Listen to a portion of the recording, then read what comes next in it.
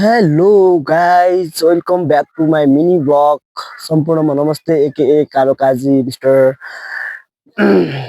स्वागत छ तपाईँहरूमा कपिल ब्लगमा। म आज के देखाउन र कहाँ आइरहेको भने यो मेरो गाउँ हो र यो म जन्मेको जन्मभूमि र मेरो गाउँमा धेरै थरी थरीका जातहरू बस्छौँ। धेरै त होइन, 3-4वटा जात थरीका मान्छे बस्छौँ। र अनि त्यसमा एउटा इम्पोर्टेन्ट कुरा त के हो भनेपछि गाइज, एकदम दामी छ के। माथितिर यस्तो यो गाउँ छ भने तलतिर यो तलतिर हाम्रो जग्गाहरू तल त्यहाँसम्म घरको अगाडि देखाउँछु।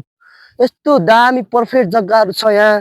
यस्तो त्यसमा धान पनि त्यहीँ लगाइन्छ, मकै त्यहीँ लगाइन्छ, कोदो त्यहीँ लगाइन्छ। गाउँ एकदम यति राम्रो छ, यति रमणीय। यो तल तल देखिन्छ नि, त्यो चाहिँ हाम्रो मिनीको जग्गा। र हाम्रो यसमा के छ भने धेरै फलफुल उत्पादन हुन्छ। धेरै धान, मकै, कोदो, गहुँदेखि लिएर सबै खानेकुराहरू उत्पन्न त्यही हाम्रो जग्गामा हुन्छ। र यतापट्टि हाम्रो गाउँ एकदम फेमस। अनि र यतापट्टि साइड पनि छ, यो साइडमा पनि हाम्रो भोलि बिहान मकै हुन्छ, हरियाली यति दामी दामी मकै। अनि चाहिँ कोदो यही ठाउँमा बनिन्छ। र यो यतापट्टि साइडमा छ नि जो राइट साइड, त्यो हाम्रो गाउँ र यति दामी छ है बस्नलाई। पर्फेक्ट ठाउँ यो, सबको बस्नलाई पर्फेक्ट जग्गा भनेको यो हाम्रो मिलगट्टा भन्ने हो। पहिला यसमा यहाँ यो पछाडिको जो सेतो टिङ्गल घर देखिरहेको छ नि, यसमा पहिला हाम्रो के हुन्थ्यो भने मिल एउटा थियो, तलबाट बनाएको मिल। त्यो मिलमा हाम्रो के थियो भनेपछि कोदो मकै पिस्ने एउटा घट्ट थियो। आजकल त्यो घट्ट बिग्रिसक्यो र आजभोलि यसमा यो सदुपयोगमा छैन। यो आजभोलि यहाँको प्लेटहरू हराए, यहाँको उयोहरू हराए, सबै सामानहरू आजकल हराइसक्यो।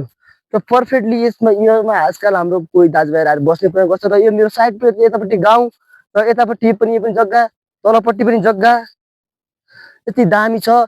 अब यो सिजनमा, अब यो अन्तिम सिजनदेखि के हुन्छ भने त्यहाँ धान रोप्न सुरु भइहाल्छ। आजभोलि गाउँ खसाउँथ्यो, टिप्दैछ। र अर्को कुरा पर्फेक्ट जग्गा के छ भने यहाँ यति दामी तिनकुरो खानेकुराहरू पाइन्छ।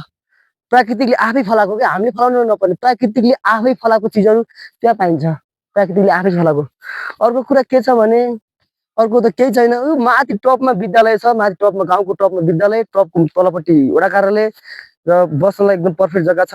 र एकदम खेतीपातीहरू पनि धेरै, यहाँ जग्गाहरू पनि धेरै छ। मान्छेको पनि बाग्लो बस्ती छ। अन्त त्यो ओडाकै मध्ये बाग्लो बस्ती भनेको हाम्रो मिमी मानिस छ कि उता देखेछ, आइफोन त होइन, यो उता देखेछ त्यो मेखाला भन्ने ठाउँमा पर्फेक्ट जग्गा छ। र गाइज त्यही हो अब।